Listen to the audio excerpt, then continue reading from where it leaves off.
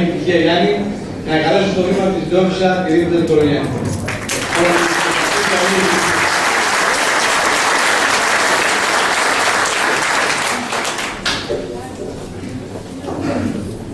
Καλησπέρα σας.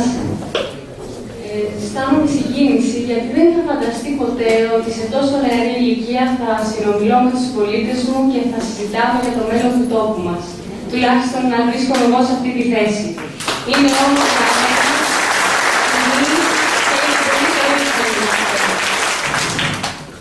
γνωρίζομαι μαζί σας, γνωρίζομαι με τα παιδιά σας και αντιλαμβάνομαι πλήρως τις δυσκολίες που βιώνουμε τον τελευταίο καιρό, ειδικά στον τόπο μας.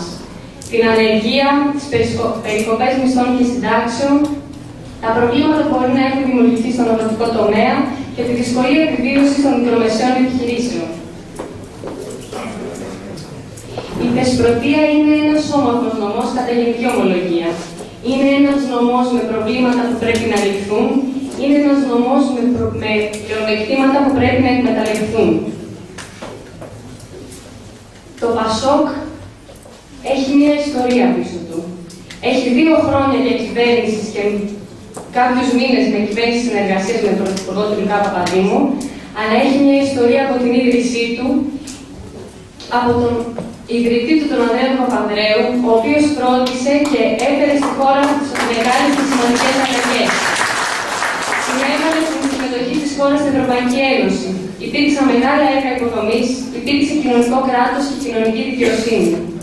Πρέπει όλοι μας να αναλογιζόμαστε κάθε φορά που σκεφτόμαστε το ΠΑΣΟΚ σήμερα, ποιο είναι το ΠΑΣΟΚ, ποια είναι η πορεία του ΠΑΣΟΚ. Γιατί είναι άδικο, τουλάχιστον, και θεωρώ ότι δεν είναι και καθόλου ορθό, να λέμε ότι το ΠΑΣΟΚ είναι αυτό το ΠΑΣΟΚ, αυτή η κυβέρνηση των 2 τελευταίων χρόνων. Που βεβαίως οφείλουμε όλοι να παραδεχτούμε ότι υπήρξε γενναία, γιατί έλαβε αποφάσεις για να αντιμετωπιστεί η κρίση. Η κρίση η οποία δεν είναι αποτέλεσμα μιας διακυβέρνησης ΠΑΣΟΚ, η κρίση που υπήρχε από πολλές κυβερνήσεις και η οποία εκτινάχθηκε, η κατάσταση εκτινάχθηκε με την κυβέρνηση του Καραμανλή. 5,5 χρόνια κυβέρνησης Καραμανλή έφτασαν τη χώρα σε ένα σημείο όπου η κυβέρνηση Παπανδρέου κλήθηκε να πάρει αποφάσεις και είχε το θάρρος να το κάνει. Σήμερα το ΠΑΣΟΚ αντικρίζει την κοινωνία, αντικρίζει τον κάθε πολίτη με ειλικρίνεια και με σαφήνεια εξηγεί τι έχει συμβεί, παραδέχεται λάθη και αναλύει τι πρόκειται να συμβεί στο μέλλον. Ποιες είναι οι θέσεις του, ποια είναι τα περιθώρια διαπραγμάτευσης και τι μπορεί να αλλάξει, τι μπορεί να βελτιωθεί, πότε η χώρα θα βγει από την κρίση και θα μπει πάλι σε μοχλό ανάπτυξης. Είναι το μόνο κόμμα που στέκει με τέτοια ειλικρίνεια απέναντι στον πολίτη. Είναι επίσης το μοναδικό κόμμα που εγγυάται τη σταθερότητα την επόμενη μέρα των εκλογών. Γιατί στέκει μπροστά μας και λέει ότι αντιλαμβάνεται τη σημασία του να υπάρξει σταθερότητα στη χώρα και αφήνει κάθε πόρτα ανοιχτή στη συζήτηση, έτσι ώστε αν έχει πρώτο κόμμα να μπορέσει να δημιουργήσει μια κυβέρνηση ισχυρή, σταθερή και προφανώς συνεργασίας, η οποία θα συμβάλλει στο καλύτερο του τόπου.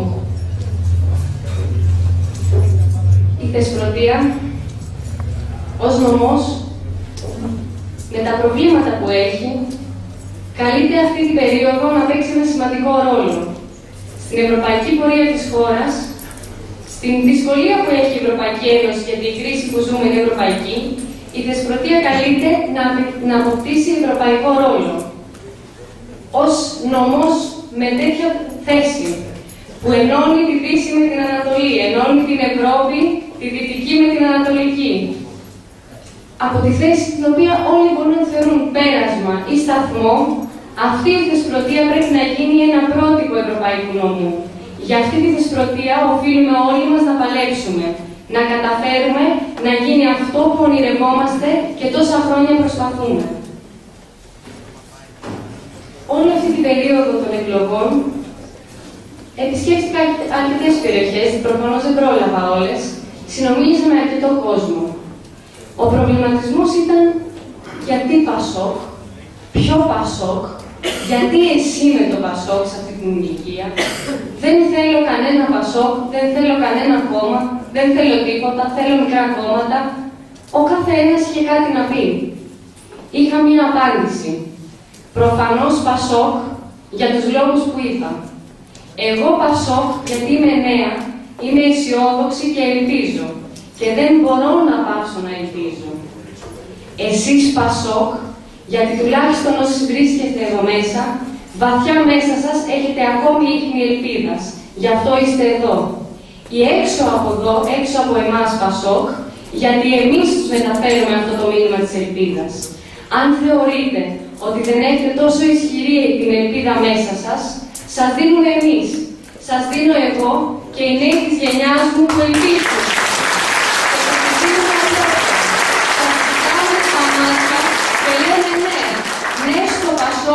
Και ναι στην ελπίδα για το καλύτερο αύριο.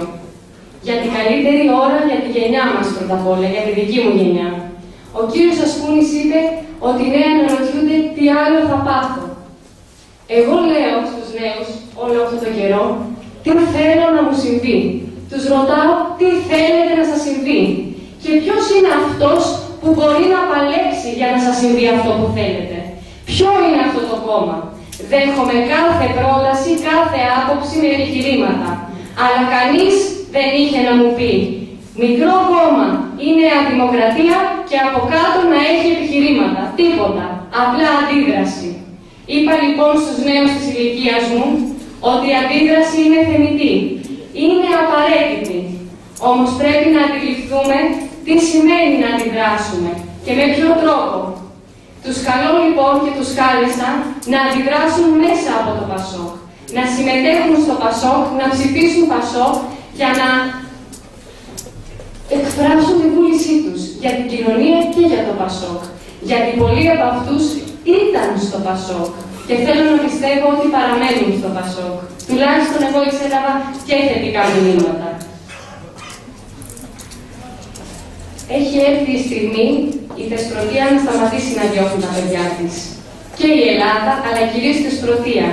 Γιατί η ξενιτιά είναι εμφανής.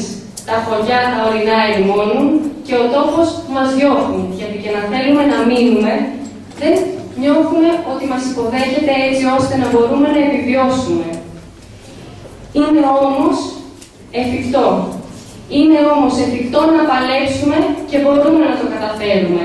Είναι ο πρώτος στόχος στην πάλη αυτή να καταφέρουμε να κρατήσουμε τους νέους στον τόπο μας και αυτούς που έφυγαν να τους κάνουμε να επιστρέψουν.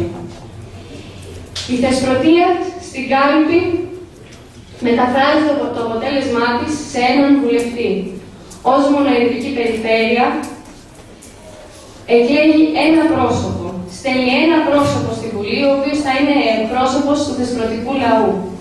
Είναι σημαντικό να αντιληφθούμε ότι το πρόσωπο που θα πάει να εκπροσωπήσει τη Θεσπρωτεία στη Βουλή θα πρέπει να έχει δημοκρατικές αρχές, ήθος και να είναι ξεκάθαρη η αγωνιστική του διάθεση.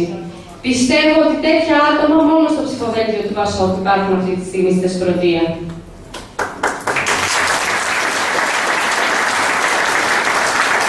Δίνουμε όλοι μαζί τη μάχη. Μαζί με τον Χρήστο, ο οποίος έχει ήδη δώσει μάχη 2,5 χρόνια στη Βουλή και δεν μπορούμε να την αγνοούμε. Μαζί με τον Γιάννη από την τοπική αυτοδιοίκηση, δίνουμε όλο αυτόν τον καιρό μια μάχη και δεν μπορούμε να πάψουμε, ούτε πρόκειται να πάψουμε να τη δίνουμε. Αν επιλέξετε εμένα να στείλετε στη Βουλή, έχω μόνο να σας πω και να εξομολογηθώ και θέλω να γνωρίζετε ότι θα έχετε στείλει ως βουλευτή της Θεσπρωτείας ένα μέλος του Πασόκ, το οποίο θα παλεύει από το Πασόκ για το Πασόκ, το οποίο θα παλεύει από το Πασόκ για τον νομό. Δεν θα είναι όμως ο βουλευτής του Πασόκ Θεσπρωτείας. Θα είναι ο βουλευτής της Θεσπρωτείας.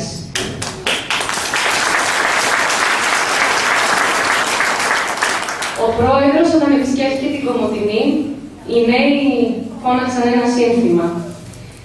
Αισθάνθηκα μάλιστα ότι με εκφράζει απόλυτα και συγκινήθηκα γιατί και εγώ έχω σπουδάσει στην Κομοτηνή και θυμήθηκα τα φοιτητικά μου χρόνια και τους αγώνες που έχω δώσει. Φώναζαν λοιπόν οι νέοι, στα χέρια σου κρατάς το μέλλον μιας γενιάς.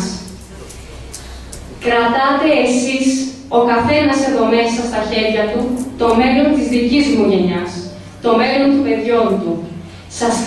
Σας καλώ να αναλογιστείτε και να σκεφτείτε πάρα πολύ καλά. να δώσετε ο καθένας το δικό σας αγώνα, προσωπικά και στην κοινωνία, όσες μέρες απομένουν, όσες ώρες μας απομένουν, για να κάνουμε ό,τι καλύτερο για το δικό μας μέλλον, το μέλλον της γενιάς μου και των παιδιών σας. Αυτό το μέλλον είναι το μέλλον του τόπου και της χώρας. Αν εσείς το καταλάβετε και επενδύσετε σε εμάς, επενδύσετε στους νέους, θα πάμε όλοι μαζί μπροστά. Αυτό είναι που έχει ανάγκη ο τόπος. Ο τόπος έχει ανάγκη μια αλλαγή γενιάς και μια αλλαγή πολιτικής. Όλοι μαζί μπορούμε να το καταφέρουμε αυτό. Ελπίζω και εύχομαι η έδρα του νομού να έρθει στο Πασόκ. Γιατί μόνο έτσι πιστεύω ότι μπορεί το νομός μας να πάει μπροστά. Ελπίζω ότι θα τα καταφέρουμε. Όλοι μαζί, εμείς οι τρεις υποψήφοι, με τον καθέναν από εσάς, με τον καθέναν έξω στην κοινωνία. Δίνουμε αυτόν τον αγώνα μέχρι τελευταία στιγμή. Μέχρι να κλείσει η κάλπη, ο καθένας από εμάς πρέπει να δώσει το περισσότερο που μπορεί από τον εαυτό του για να τα καταφέρουμε. Όλοι μαζί, ένας δεν γίνεται. Μόνο συλλογικά. Και είναι η ώρα το Πασόκ στη Δεσπρωτεία να δράσει συλλογικά. Σας ευχαριστώ πάρα πολύ.